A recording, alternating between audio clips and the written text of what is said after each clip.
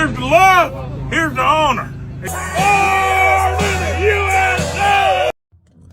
If you think Drewski dressing up as a white person is the same as white people doing blackface, here's why you're wrong.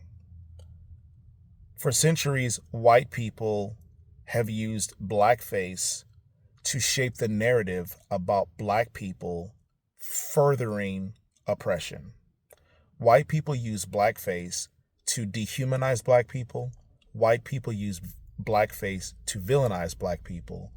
White people use blackface to create the boogeyman out of black people. White people use blackface to get other white people to feel better about slavery. White people use blackface to help white people feel safer in all white schools, towns, and areas. White people use blackface to literally oppress black people. White people were using blackface to tell stories about black people that could only be described as propaganda if you're being polite.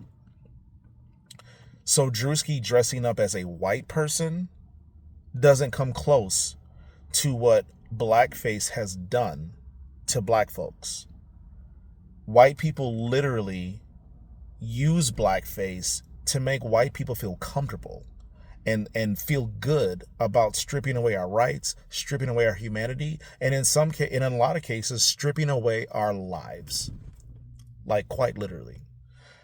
I saw the video and I cringed because I knew that there were going to be a lot of white people that couldn't wait to run to the comments to talk about how it's not that big of a deal to do blackface because here, look at this black person doing whiteface.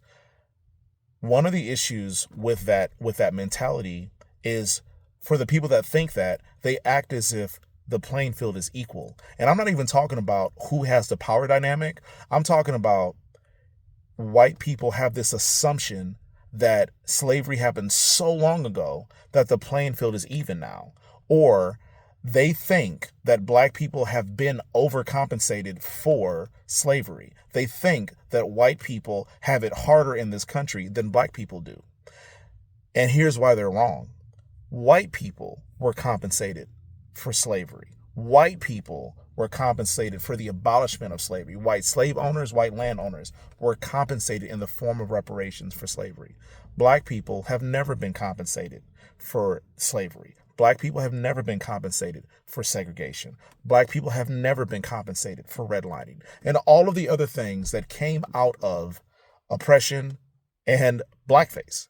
So the idea that a black person pretending to be a white person is the same as white people dressing up in blackface to tell stories and create propaganda about what black people are and the threat that we pose, with respect, you were either intellectually inept or being intellectually dishonest, and I don't care which one you choose.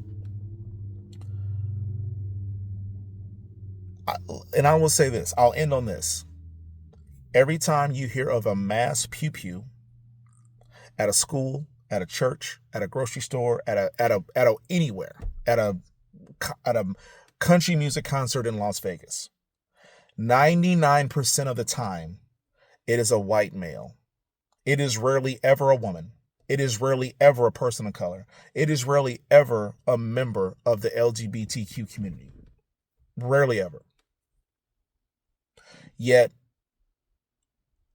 black, brown, and everybody non-white could dress up as a white person and do whiteface, and the narrative will never change about white people. No matter how many examples of how dangerous white men can be, the narrative will never change about you, just like the narrative will never change about black people. But the difference is whiteface won't change how people feel about white people. Blackface is something that I and every other black person walks around with a cloud over our head because of what blackface has done to the black community. Blackface has created a narrative or an attitude about black folks that is not true. That is why what Drewski did does not come close to the effects of what blackface has done to black people for centuries. Thank you for listening to my TED Talk.